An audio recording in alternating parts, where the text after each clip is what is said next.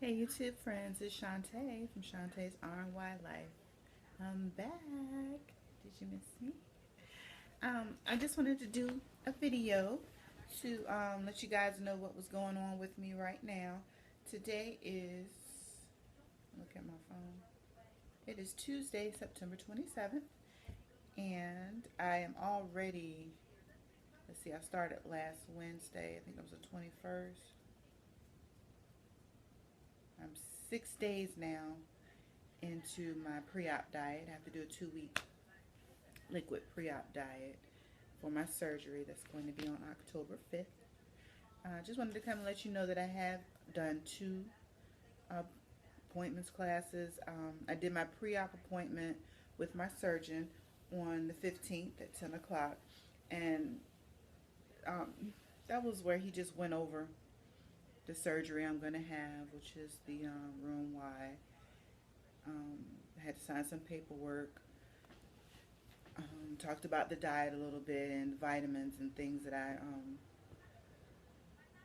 should already be taking that he told me to take, like the vitamin, the calcium citrate, which I've been taking that for I think a little over a month now. Um, and that was it really. He gave me the paperwork for my liver shrinking diet that I'm on now currently. It's not that bad. It's 2 weeks before surgery. I do my protein shakes. They say or puddings, but I haven't done any pudding. I just do the protein shakes. And if I do make some with the little packets, I just add like 8 ounces of water to it. I don't do any milk or almond milk or anything else. I'll add the Crystal Light little packet that I brought that says it has caffeine in it. So I kind of use it as my substitute, or so I thought I was going to use it as a substitute for my coffee, since I was going to try to wean myself off of coffee. But I'll tell you about that later, about the coffee issue. But anyway, I do that. I drink about 3 drinks roughly a day to make sure I get my 60 grams of protein. I go a little over. Some days I believe I might have 90 grams of protein. But that was all he really went over. Just, he touched on the diet a little bit. And the rest of it was basically paperwork and, what to expect and what not to expect. And he told me that about having to do the surgery, laparoscopically, and he's never in his career of doing weight loss surgery had to open anyone up the old-fashioned way that they used to do the surgery. So, and he's never had, he said, anyone die from his procedures. So that was another, plus for me, which made me a little, extra happy. So the appointment was quick and sweet. Also, when I went to that appointment, I believe I weighed in at 278 pounds. Woo, that's a lot. I gained a lot of weight. Just from my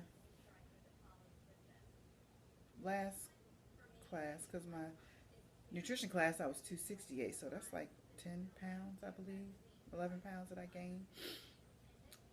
But anyway, that appointment was done and over. I left in with my FMLA paperwork for my job. He told me that I probably will only need to be off for 2 weeks. He asked me what did I do. I told him, I'm a nurse. But he said 2 weeks would be fine. I know some other, people I've been watching up here on YouTube. Some people have taken more, whether it's been 4 to 6 weeks off. Some people I've seen go back a lot quicker, maybe a week, sometimes 10 days.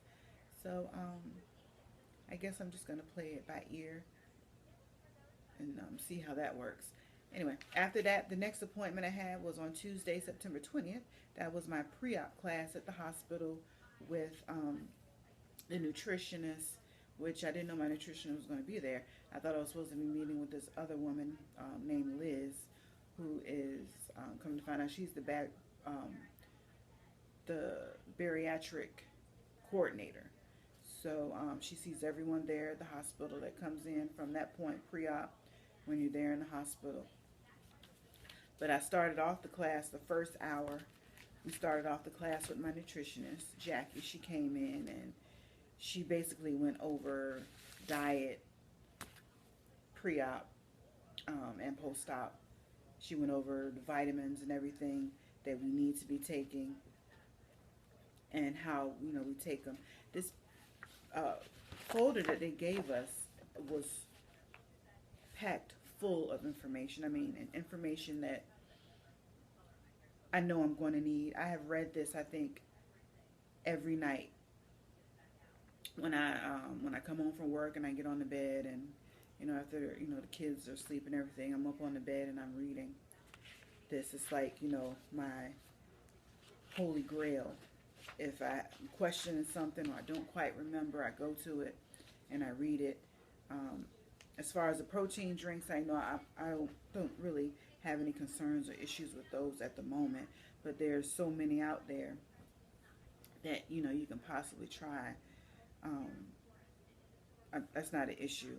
The vitamins, because I was like, okay, I got to go get all these vitamins there. Hold on one second. I want to show you these vitamins. Got these. I ordered these bariatric choice vitamins. They are all-in-one multivitamin and mineral supplement. When we were in the class, another girl was in the class also, and she had asked Jackie, my nutritionist, about it, and she said they were a good choice because they're all in one. It's one wafer. I believe they are chewable or dissolvable. It's one, and you do one 4 times a day, compared to having to have probably take maybe 6 pills or something like that with each meal and stuff. So I thought that this was going to be a better choice for me, so I said I was going to order these. I ordered them maybe that next day. I ordered them right off of Amazon, and they were, I'm sorry, I forgot. They weren't that expensive because I purchased them. But even if they were, in the long run, I think buying all the other pills individually, it probably just balanced out.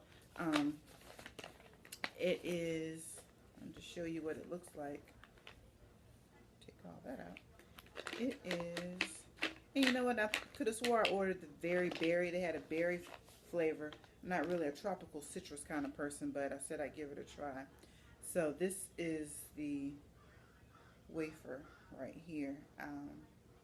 So I'll start on this, I guess, whenever they tell me I can after surgery. It's not that big of a wafer. Hope it doesn't have a bad taste, but I guess it doesn't matter because I'm gonna have to take them. But anyway, we talked about the vitamins and the B12, the iron, multivitamin, vitamin D, calcium.